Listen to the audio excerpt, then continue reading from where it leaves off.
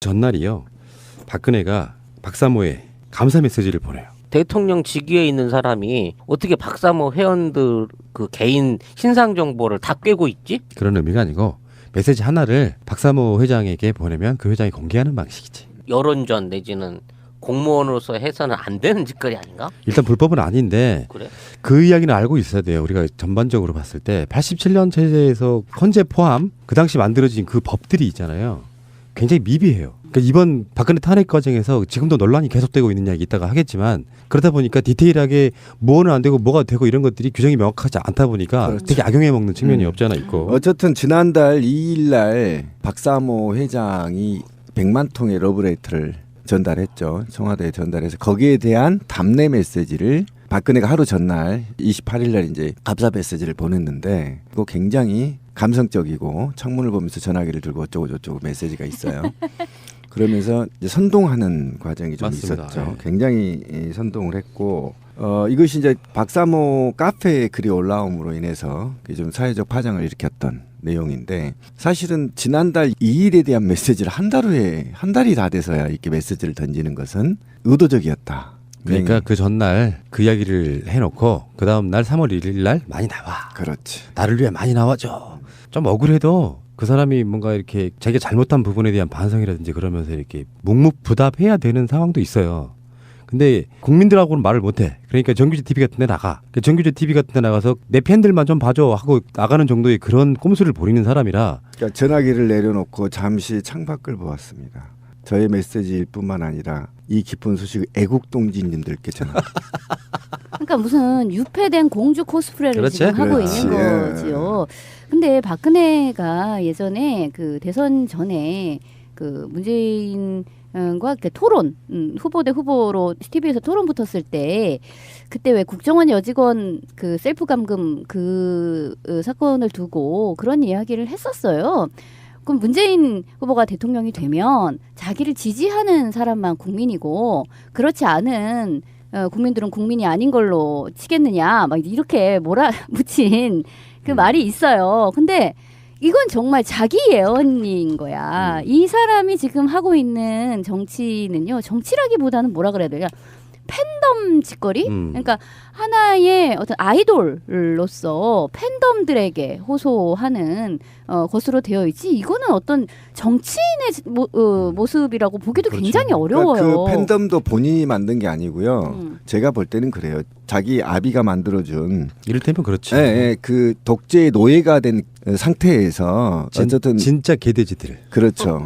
제가 볼 때는 굉장히 그런 노예 근성을 못 버리는 한 80대 70대 어르신들 굉장히 정신적으로 게으르신 분들. 그러니까 이를테면 민주주의 내지는 공화주의를 아직 받아들이지 않은 그러니까 마음속 어떤 무의식적으로는 왕정 체제에 살고 있는 사람들을 소환하는 이야기라고 볼 수가 맞습니다. 있고 이 사람은 어떤 근데 공화주의 체제 하에서의 정치인이 아니고 왕정 시대의 왕당파로서 지금 다른 왕당파들을 긁어모으는 행위를 하고 있는 거예요. 근데 실제로 이거는 뭐 공화적인 거 뭐고 이런 것보다 실제 현장에서 만나 보면 그런 거예요. 그러니까 제가 아까 정신적 게으른 자들, 이 노예가 되기 쉬운 자들, 새로운 정보를 받아들이기 어려운 사람들, 그게 뭐냐면 정신적 게으름이에요. 그러냐면 이 그냥 지도자가 시키면 시킨 대로 한 게 편하거든요. 그렇지. 예, 그런 것들로 찌들려 있어서 실제로 자기가 뭔가 새로운 정보를 주체적으로 얻고 그것이 잘못됐다는 비판적 능력이 없는 사람들 굉장히 어렵습니다. 이런 사람들한테 감성적으로 접근하면요. 법과 원칙이 없어요. 그런 거 하세요. 노예 해방을 시켰더니 다 도망갈 줄 알았잖아요. 대부분의 사람들은 노예로 남는다는 이야기도 있습니다. 우리나라도 해방 이후에 그런 경우가 있었죠. 그런데요. 이 3.1절 집회 저도 3.1절 집회하는 날 가서 광화문에 생방송을 했어요. 네, 하도만요. 근데 앞뒤로 박근혜 관련 집회를 하고 있으니까 옆에서 하는 같은 출연자 말이 안 들릴 정도. 그 정도 심각했고요. 시간대가 좀 달라서 촛불 집회하고 관제 데모는 시간대가 달라서 그렇게 큰 사고 같은 건 없었는데 경찰이 나름대로 잘하더만요. 광화문 광장 본광장 있잖아요. 여기를 완전히 둘러싸가지고 박사모로 보이는 사람들은 출입을 안 시켜주는 거야. 처음에는요 리본을 보여줘야 들어갔어요. 그러니까 내가 그랬다니까 내가 들어가려고 하니까 거기 그 지키던 소대장이 세월호는 보내줘 이런 식으로 계속 메시지를 하더라고. 근데 저는 거기에 불만이 굉장히 많은데 사면을 전부 폐쇄하고 할리스 쪽이죠. 그쪽만 열어놔서 그쪽으로 들어가게 하는데 문제는 광화문역으로 가장 시민이 많이 오는데 거기에서 비세광장 쪽으로 나가는 그 거대한 통로문을 차단해 버렸다는 겁니다. 저는 그게 굉장히 아쉽더라고요. 왜 그러냐면 제가 어디에서 목적을 했냐면 당일 저는 이제 지하철을 타고 녹음 현장으로 갔는데 녹화 현장으로 가고 있는데 그 녹화 현장을 갈 수가 없는 겁니다. 걸어서 그래 서대문까지 갈 수밖에 없는 일이 생겼거든요. 그 이유가 뭐냐면 우리 팀과 극우단체의 집회가 이렇게 맞물리면서 광화문이 가득 찼단 말이에요. 그러면 그 광화문에서 사실상 두 쪽으로 나누면 되거든요. 예를 들면 탄기국 집회 갈 사람들은 그쪽으로 보내고 세월호 집회 갈 사람들은 이쪽으로 보내고 이렇게 그 길이 딱 좋아요. 근데 그 길을 막아버리니까 갈 길이 없어 그냥 다 돌아가 버렸어요. 실제로. 그러니까 네. 저는 잘했다고 하는 게 그쪽 사람들이 독이 바짝 올랐어요. 보면은 하고 다니는 게 광화문역 지하에 있는 우리 장애인들 서명받는 거기도 완전히 거의 뭐 욕 폭탄을 투하하고 갔다고 할 정도니까.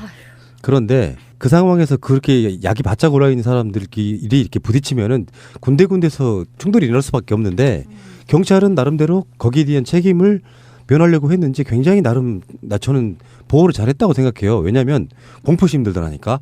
나 같은 사람도 저는 시청에서 내려고 걸어왔거든요. 뒤에서 이렇게 가방에다가 노란 리본 들려 있잖아요. 빨갱이가 네. 내가 보통 때 쪽수가 그렇게 어마무시하게 많지 않았다면 저는 가서 멱살 잡고 싸울 스타일인데요. 그냥 빨리 왔더니까 공포심 느낄 정도로 포악해 돼 있더라고. 그래도 시비 걸고 때리진 않을까요? 그런데 무시하고 그냥 와야지. 그런데 어제 어쨌든 저쪽에서 물병하고 일부 돌멩이가 나와서 제가 아시는 분도 입이 맞아버렸어요. 여기가 에이씨. 여성분인데 아니 짱돌을 저쪽이 던졌단 네, 말이야? 그래서- 우리가 던져야 되는데? 이만큼 맞아가지고 경찰에 신고를 했거든요. 이제 그 정도로 굉장히 예민했죠. 근데 어제 집회를 그 탄기국이라고 하는 데서 어제 집회를 500만 명 나왔다고. 그러니까 500만 명은 너무 뻥이 심하잖아. 그러니까 왜 서울 인구 반밖에 안 되는데? 지금 경찰이 계속해서 논란이 되니까 어느 순간에 경찰 추산을 발표를 안 해요. 근데 요거를 이제 우리들은 경찰이 너무 이쪽 심한 경우는요. 같은 날 동시에 집회가 열렸는데 누가 봐도 차이가 나는 거를 심지어는 관제 집회가 훨씬 더 많이 나오는 거라고 이게 했을 때가 있었어요. 경찰이. 하도 그게 비난이 거세지니까 경찰 추산을 발표를 안 합니다. 그랬더니 경찰 추산을 발표 안 하게 되면 주최 측이 언론사에다가 우리는 얼마 했다고 통보를 해요. 지난주 토요일 날이 바로 그런 경우였는데 300만 나왔다고 이야기를 했어요. 이번은 탄기국 측에서 500만 나왔다라고 이야기를 했습니다. 물리적으로 불가능하잖아. 그래서 나온 이야기가 덴마크의 전체 인구가요 560만이고요. 부산 전체 인구가 350만이고요. 노르웨이 인구가 520만이고요. 그러니까 부산시에 있는 시민들이 다 모인 것보다 150만 명이 더 나오는 사태가 발생하죠. 아니 그걸 그 공간 안에 또 밀어 넣을 수가 있냐고 물리적으로. 87 항쟁 때도 사실은 최대가 단일 규모로 최대가 한 250이었거든요. 그리고 전국적으로 이제 500만이었었어요. 전국적으로 500만이었지 단일 규모로 우리나라가 아직 500만을 모여본 적이 없어요. 아니 일단은 500만 명이 한 장소에 모인다는 것 자체가 물리적으로 불가능해요. 우리나라에 그런 장소가 없어. 그런 광장이 없어. 없죠. 그리고 전 세계적으로도 불가능해요. 무슨 그러니까 이건 안 돼. 그러니까 아니, 도시 있어. 단위라는 게 있고. 그랜드 캐년 같은 데 가면 가능할지도 몰라. 아니 뭐 시베리아 벌판 이런 데는 가능하지만 거기로 사람을 그렇게 실어다 나를 수가 없잖아요. 사막 이런 데는 물론 되지. 근데 거기에 교통편이 없잖아요. 그러니까 이거는 전 세계 어디에다 갖다 놔도 정말 웃음거리가 될 만한. 그러니까 이후에는 한국인들의 숫자 개념이라는 것이 너무나 어마무시하다. 말도 안 된다라고 해서 한국 사람이 앞으로 숫자를 얘기하면 아무도 믿지 않을 것 같은 그런 상태가 돼버린 거예요. 그때 경찰이 그 면적 땅 인원수가 얼마가 들어간다 이렇게 계산해가지고 했던 페르미 추산법 여기 너무 동떨어지고 연인원 촛불 집회 같은 경우에 연인원 이야기를 하고 있잖아요. 몇 시부터 몇 시 사이에 왔다 간 사람 포함해서 100만 이렇게 하는데 이게 저쪽 사람들이니까 그게 통하는 거예요. 예를 들어서 집회에 대한 개념도 별로 없고 그리고 그런 현실 감각이 떨어지시는 분들이 많이 나오다 보니까 거기에 대해서 내부 결성용으로 우리는 500만 명 모였어. 그 실제로요. 저번에 아시아 경제인가 하는 매체가 그런 것 때문에 욕을 좀 먹었거든요. 지난주에 300만 나왔다는 거를 인용 따옴표도 없이 300만 다녀간 태극기 집회 이렇게 타이틀을 아예 뽑아버렸어요. 헤드라인을 인용 따옴표도 없이. 그러니까 그게 고정 사실화 돼가지고 결국에는 그쪽 사람들이 보기엔 300만 명 모였나 보다 하고 더 나오게 하는 효과가 그렇죠. 있었고. 자기들끼리 그걸 하죠. 근데 어제 같은 경우는 제가 볼 때 얼마 정도 예상하나요? 실제로? 어제 보셨다면서요? 실제로 제가 봤을 때는 서울광장을 꽉 채웠을 때가 5만이라고 저는 알고 있거든요. 예전에 집회 해보면은 그러니까 한 7, 8만 정도 모인 게 아닌가 싶어요. 저는 좀 더 봤어요. 아, 왜 그러냐면 이런 건 있어. 그쪽 사람들은 이쪽 촛불 집회처럼 따박따박 붙여서 앉지 않고요. 태극기 2개 들고 공간을 듬성듬 써요. 공간 활용하는 방법이 우리와 완전히 다릅니다. 멀리서 보면 많아 보이지만 지나다닐 수 있을 정도 사람들이. 제가 볼 때는 한 10만 넘게 봤는데요. 세 군데에서 했었기 때문에. 근데 어쨌든 극우 단체가 동원할 수 있는 최대 규모다. 그렇지. 네, 10만이 최대 규모인데 어제 동원 내용을 보면 저도 안에 좀 모니터링을 좀 해봤는데 그 자유총연맹이 그 관변 단체거든요. 국회에서 제가 볼 때는 한 3에서 40억 정도가 매년 지원될 거예요 아마. 확실한 건 아니에요. 그 사이에 될 거예요. 그 정도 지원되는 단체고 그 다음에 새마을 단체가 모자를 쓰고 노골적으로 나왔죠. 그런데 그날 집회를 모두 안내하고 유도했고 진행했던 곳이 자유총연맹입니다. 오히려 가슴에 왜 이렇게 띠 있죠. 자유총연맹이 띠를 둘러쓰고 그 사람들이 태극기를 들고 안내하는 걸 보고 싸대기를 때려버리려다가 났어요. 왜 그러냐면 이거는 대놓고 관변단체거든요. 그리고 이제 제가 좀 유심히 본 건 여의도 순복음교회 중심으로 이제 대규모 동원이 됐단 말이죠. 근데 여의도 순복음교회에서 는 어떻게 사기를 쳤냐면 세월호 광장에 있는 탄핵 집회에 간다고 이영훈 목사가 사기를 쳤다는 겁니다. 전국적으로 순복음교회에서. 그래서 극우단체 집회에 가는 게 아니라 그냥 광화문 집회에 간다 이렇게 사기를 쳐서 모든 사람들이 광화문 집회를 간 줄 알고 버스에 그냥 올라탔다라는 거예요. 뭐라 그래 지국이라고 하나? 예, 거기에 올라탔는데 가서 보니까 차벽을 쳐놓고 그 안에다 풀어놔버린 거지. 풀어놔버린 거예요. 이거에 대한 지금 문제 제기를 굉장히 지금 교회 내부에서도 하고 있다라는 걸 들어보면 어이가 없네. 그거. 소망교회 사기잖아. 사기죠. 소망교회뿐만 아니라 극우 단체를 지원하는 종교인들이 신도들을 동원한 최대의 수치가 이 정도다. 그러니까 신도들도 굉장히 지금 그리고 저한테 제보한 이 신도는요. 실제로 매주에 순복음교회 다니는데 매주에 촛불 집회에 참여를 했던 거예요. 근데 그곳에 간 줄 알고 그냥 탔다가 들어가지도 못하고 해서 이제 분노를 자아냈던 것이 좀 있었는데, 그러니까 최대 동원력이 동원할 수 있는 게 10에서 한 15만 정도 되겠다. 예. 네. 어제 제가 느낀 거는 어제 그 인원들은 딱 세 부류라고 저는 봐요. 하나는 교회, 하나는 새누리당 당원들, 그리고 하나는 관변단체. 이 세 가지가 모여서 관제 집회를 했던 걸로 보입니다. 여직원 그 셀프 감금 그 사건을 두고 그런 이야기를 했었어요. 그럼 문재인 후보가 대통령이 되면 자기를 지지하는 사람만 국민이고 그렇지 않은 국민들은 국민이 아닌 걸로 치겠느냐 막 이렇게 몰아붙인 그 말이 있어요. 근데 이건 정말 자기 예언인 거야. 이 사람이 지금 하고 있는 정치는요. 정치라기보다는 뭐라 그래야 되냐.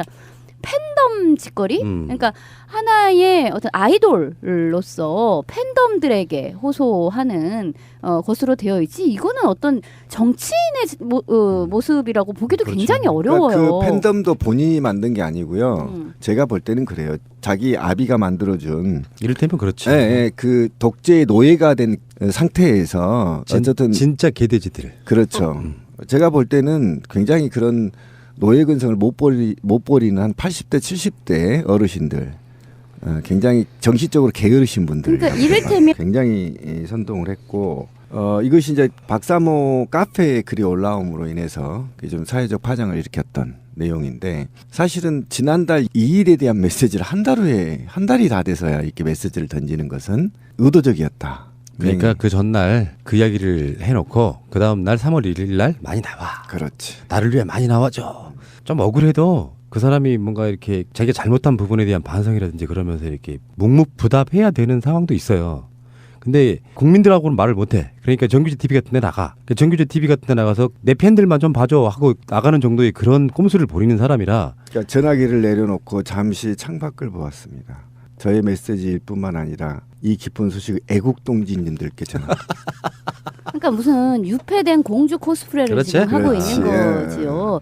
근데 박근혜가 예전에 그 대선 전에 그 문재인과 토론 후보 대 후보로 TV에서 토론 붙었을 때 그때 왜 국정 전날이요.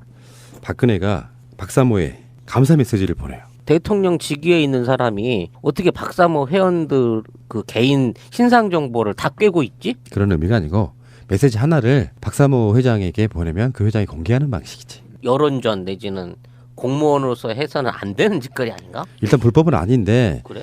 그 이야기는 알고 있어야 돼요. 우리가 전반적으로 봤을 때 87년 체제에서 헌재 포함 그 당시 만들어진 그 법들이 있잖아요. 굉장히 미비해요. 그러니까 이번 박근혜 탄핵 과정에서 지금도 논란이 계속되고 있는 이야기 있다가 하겠지만 그러다 보니까 디테일하게 뭐는 안 되고 뭐가 되고 이런 것들이 규정이 명확하지 않다 보니까 그렇죠. 되게 악용해 먹는 측면이 없지 않아 있고. 어쨌든 지난달 2일 날 박사모 회장이 100만 통의 러브레터를 전달했죠. 청와대에 전달해서 거기에 대한 답례 메시지를 박근혜가 하루 전날 28일 날 이제 감사 메시지를 보냈는데 그거 굉장히 감성적이고 창문을 보면서 전화기를 들고 어쩌고 저쩌고 메시지가 있어요. 그러면서 이제 선동하는 과정이 좀 맞습니다. 있었죠. 예, 시켰더니 다 도망갈 줄 알았잖아요.